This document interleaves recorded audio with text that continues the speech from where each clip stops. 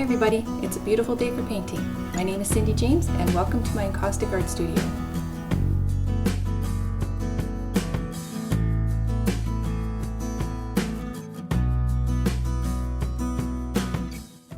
So one of the first things you'll need to get started with encaustic wax is some sort of palette, a heated palette.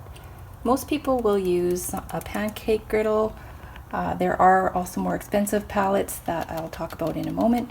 But this is an Oster ceramic griddle, and it's a reasonable price on Amazon. I really like this because it's white and I can see my colors on the palette. Most pancake griddles are black, so it's great to be able to see what colors I'm mixing. I also like that it's square. Some of them are more of an oval shape, but these pans fit in a lot nicer if the corners are square. It's also got a little drain hole there and a catch basin, and I do get wax running down there. I always set a temperature gauge on my griddles, and I work at a fairly low temperature, about 150 degrees Fahrenheit. The downside to these griddles is that they do cycle on and off, and what happens is the element generally runs, about here, and as you can see, I do get some pigment sticking to the palette underneath where I usually have my little pots, and also when it cycles on and off, it tends to heat up more than it needs to, and sometimes that causes a little bit of smoking. So I always keep an eye on my grill, and I'm sure to turn it down a little bit if I see any smoke at all. When it's cold in the winter time and the ambient temperature in my studio is a lot cooler, it does cycle more, and I do tend to get a little bit more smoking. So the warmer it is around your griddle, the less cycling it tends to do. I find it does perform a bit better when it's warmer. So these brushes I just lay on the side. Sometimes this one has a handle, so I can set it like that as well. And at these lower temperatures, I've never had any burning of the handle. These are natural hair brushes. These ones are synthetic. These are Princeton Select brushes, and like I say, at these lower temperatures, it's not an issue for me to use a synthetic brush. Over time, they do tend to get a little wonky, and they're not as crisp, so you'll have to be aware of that. But for the most part, these cheap sort of chip brushes, or this one I got at Desserts. I've never seen it online, so I can't even give you a link to that, but the Desserts store here in Edmonton does carry those. Yeah, so this is a very serviceable griddle. I bought them for my classes and I enjoy using this. I would recommend it, but honestly, as a professional encaustic artist, I would definitely love to have the higher end unit, and I'll show you that next. So this is the R&F palette. It's 12 by 12, I believe it is, and I really like this. It has an anodized aluminum plate. The 12 by 12 is probably not big enough for me. Also, the 12 by 12 doesn't have a wire to rest your brushes on. It doesn't have any kind of brush handle, so I usually just set up a little block to rest my brushes on. And I use this mostly for heating up various colors. I do leave myself a little space for mixing, but I have to say I do love this griddle. It works great. It cycles off like the other one, but because this plate is so thick and holds so much heat, I have never seen a lick of smoke from this unit. So I think the next time I buy a new griddle, I will probably replace with either one of these or even the larger sized one. They are very expensive.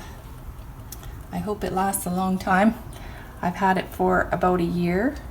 I'm very happy with it. The only thing is it doesn't have any kind of ridge on the side, which is great for printing, I would say, if you wanted to do some sort of printing, but the wax does run off onto the wood, but really that comes off pretty easily with a heat gun. The other thing you'll need to get started is a heat gun or a torch.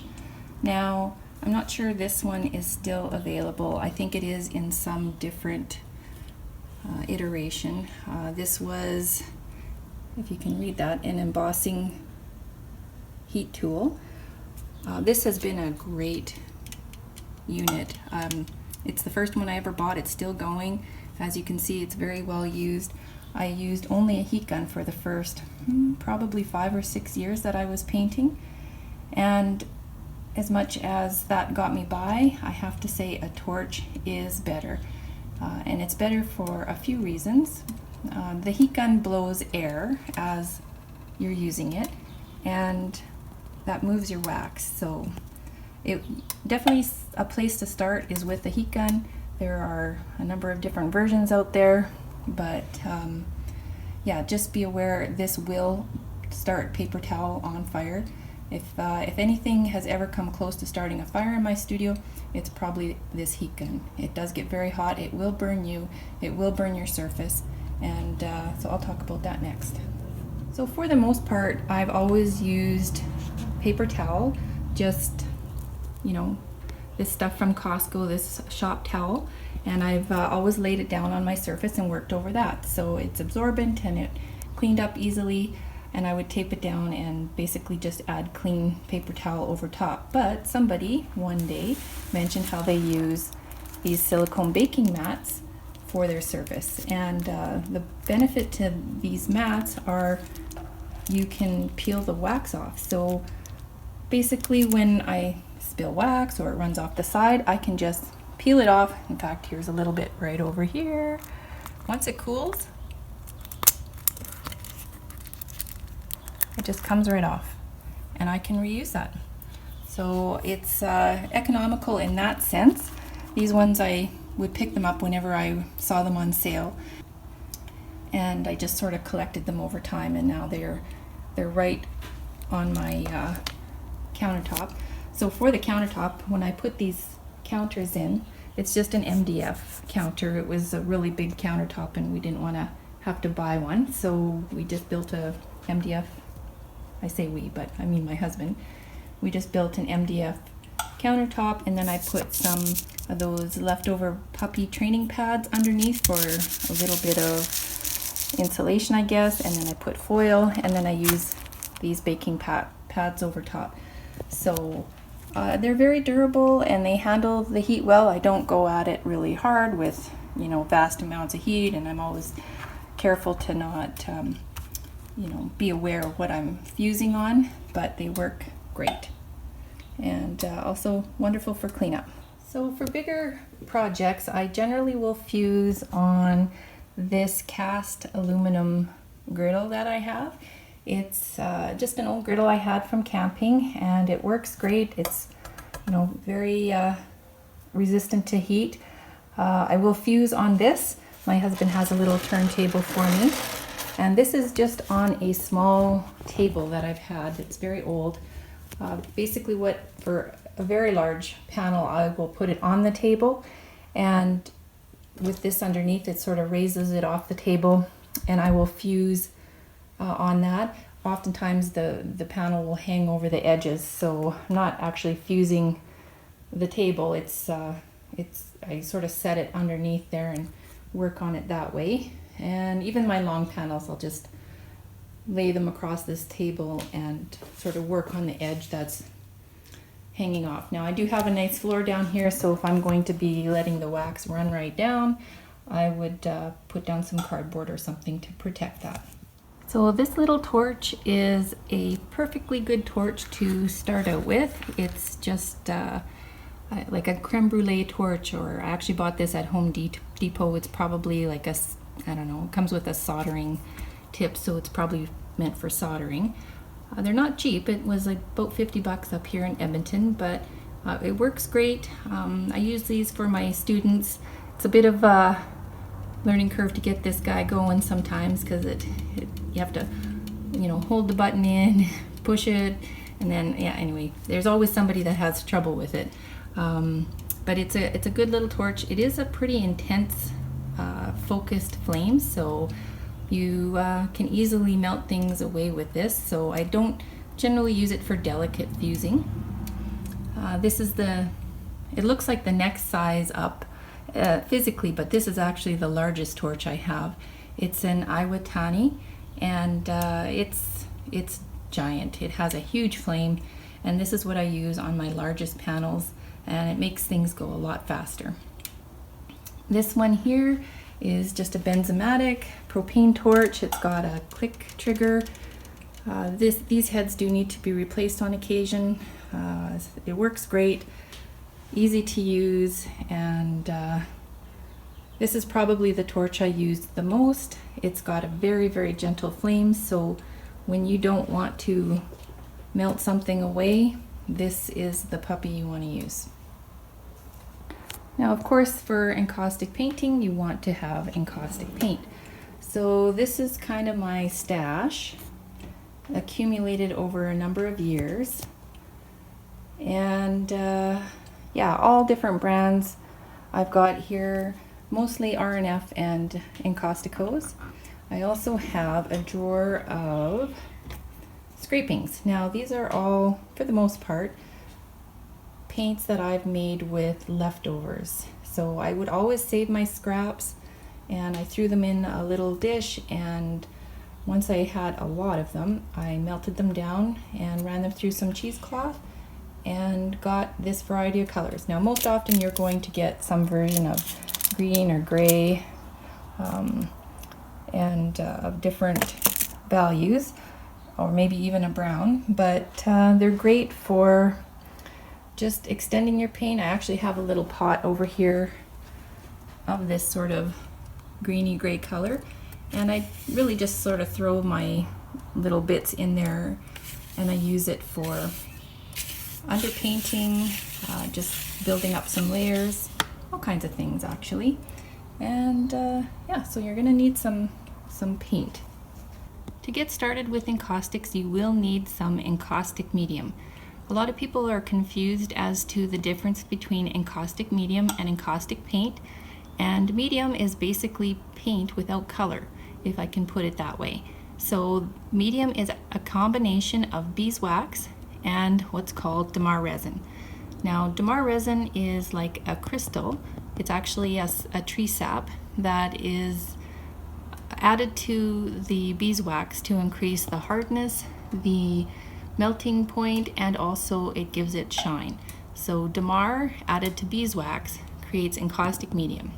And you can buy encaustic medium in bags, you can buy it pre-made, you can also make your own. I've gotten to the point where I generally make my own encaustic medium.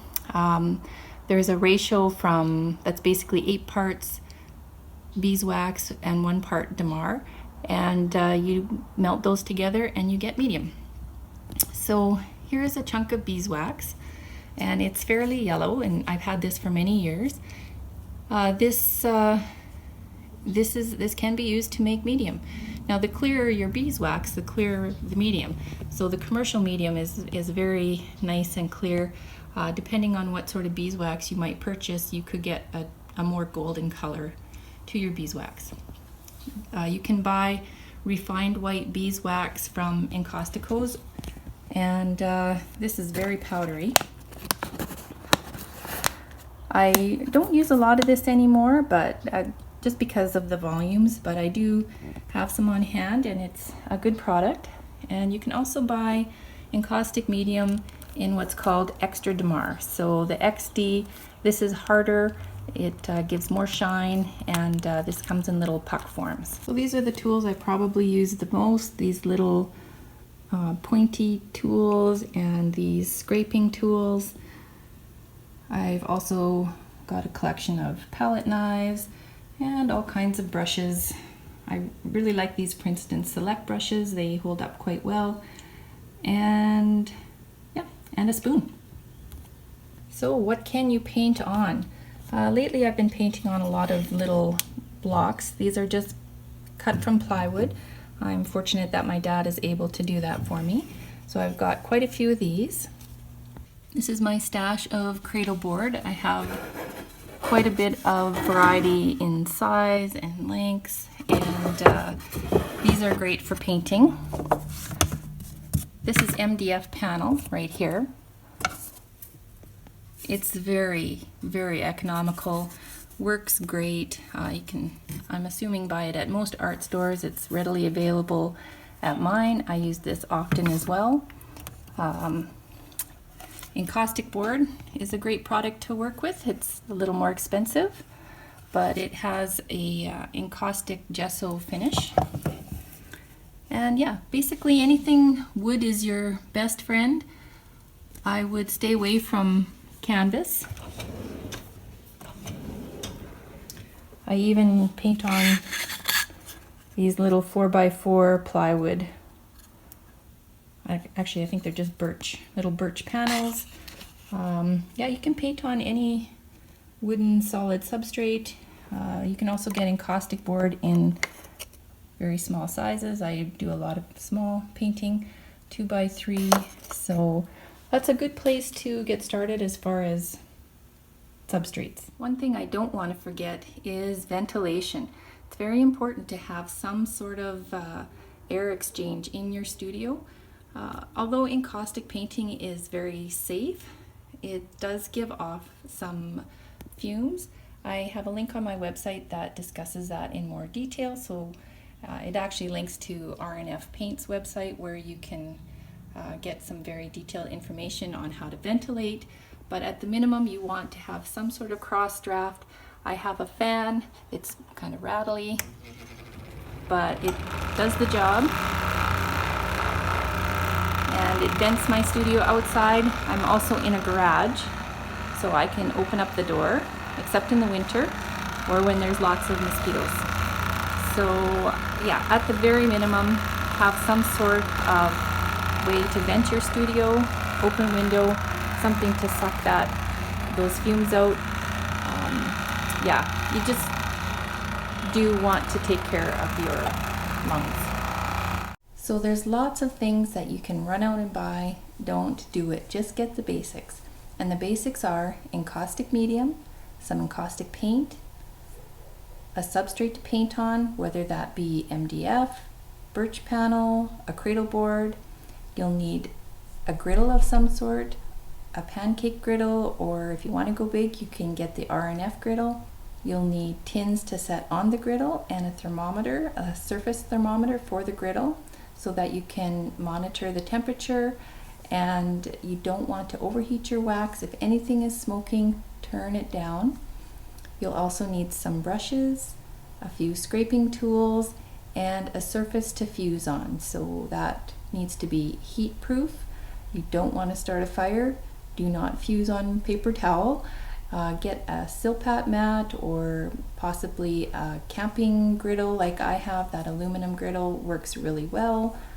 And you'll also need a heat gun or a torch. And that's it. I'm happy to answer any questions you might have. You can leave comments below or reach me through my website, cynthiajames.ca. And please subscribe. Until next time, bye.